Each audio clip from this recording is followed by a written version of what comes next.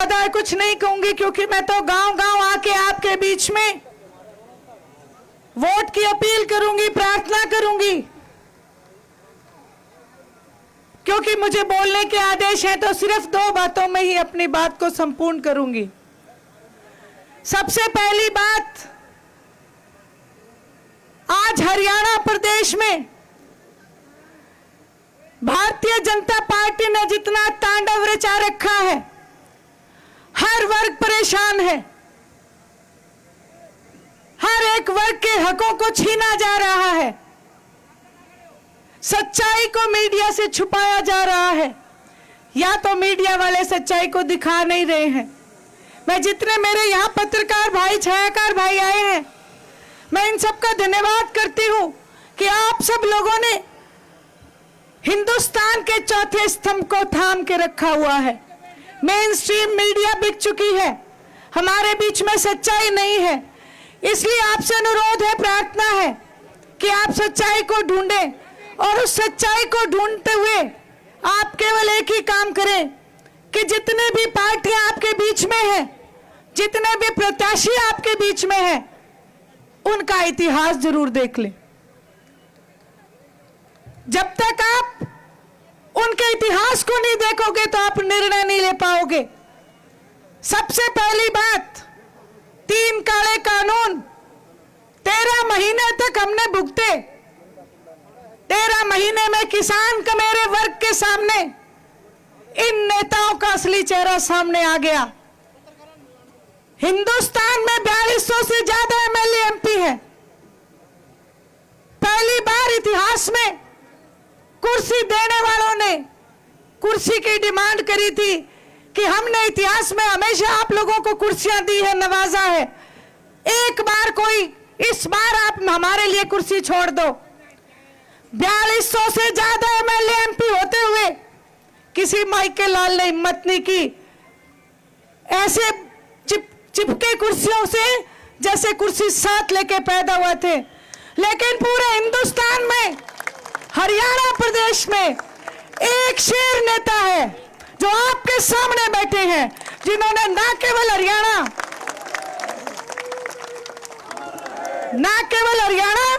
बल्कि हिंदुस्तान के किसान का, मेरे वर्ग का नाम रोशन करने का काम किया।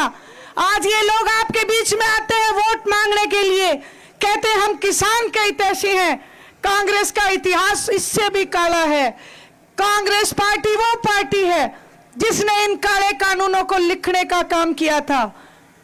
याद करो, मनमोहन सिंह जी की सरकार थी और ये 3 काले कानून लिखे गए थे।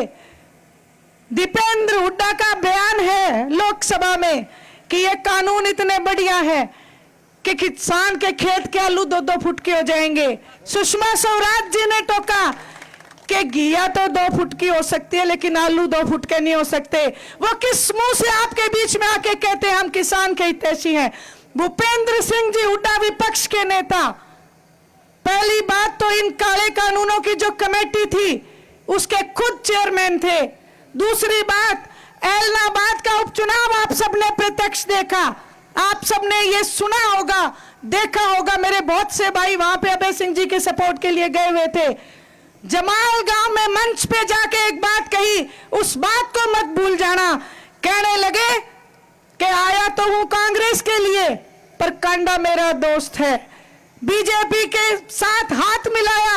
एलनाबाद के उपचुनाव में कांग्रेस के नुमाइंदे की जमानत जब्त होना इस बात पे मोहर लगाती है कि बीजेपी और कांग्रेस मिलकर चुनाव लड़ रही थी। आदरणीय अभय सिंह जी चौटाला ने आपका साथ दिया है, कोई कसूर नहीं था, अपनों ने पीठ में खंजर घोंप दिया। हरियाणा प्रदेश की जनता ने एक सीट करके, पत्रकारों ने और विपक्ष ने कहा कि एक सीट है। उस एक सीट का ही कमाल था कि आप 3 काले कानूनों की जंग जीते हो। उस एक बात को मत भूल जाना, अगर आप सब लोगों ने अभय सिंह जी चौटाला को कमजोर किया तो मेरी बात याद रखना, हरियाणा प्रदेश की जनता कमजोर हो जाएगी। एक उम्मीद है हमारे पास हरियाणा को मजबूत करने की, वो एक उम्मीद आदरणीय अभय सिंह जी चौटाला है। इस उम्मीद को मरने मत देना। मैं आपसे एक बात और कहना चाहती हूं, हम जरूर 10 सीटों के मालिक हैं।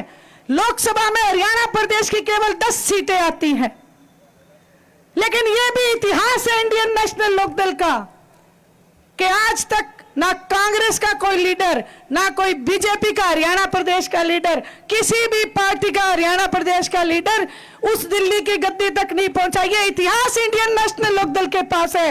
आदरणीय चौधरी देवीलाल जी ने वो गद्दी भी फतेह करने का काम किया। मैं आपसे अनुरोध करती हूं, हमारा निशाना जहां विधानसभा है वहां आप सबसे प्रार्थना है एक निशाना दिल्ली की गद्दी पे भी रखना।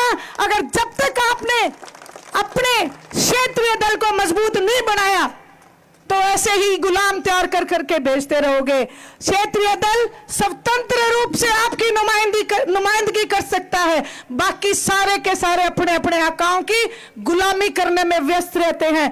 इस चीज का उदाहरण पिछले विधानसभा में आपने देखा। 89 एमएलए पे एक एमएलए भारी पड़ा कि नहीं पड़ा? आप बताओ, ऐसे नेता को आप कमजोर करोगे कि मजबूत बनाओगे? मेरी आपसे प्रार्थना है मेरे हिसार लोकसभा क्षेत्र वासियों, किसी के छलावे में मत आना।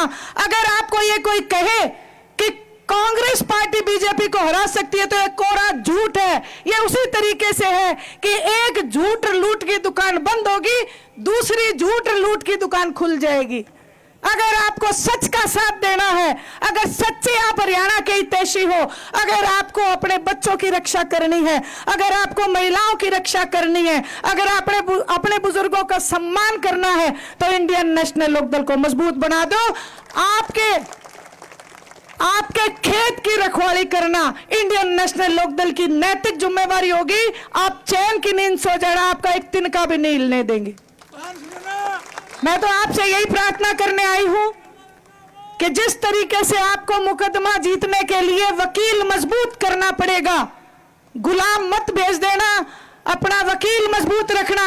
आपको विश्वास दिलाता हूं मेरे हिसार क्षेत्र के सभी लोकसभा क्षेत्र के वासियों को, आपकी बहन, आपकी बेटी, आपकी ये लड़ाई दबंगता से, जिस तरीके से अभय सिंह जी चौटाला ने सिखाया है उस तरीके से दबंगता से देश की सबसे बड़ी पंचायत में आपकी लड़ाई लड़ने का काम करूंगी।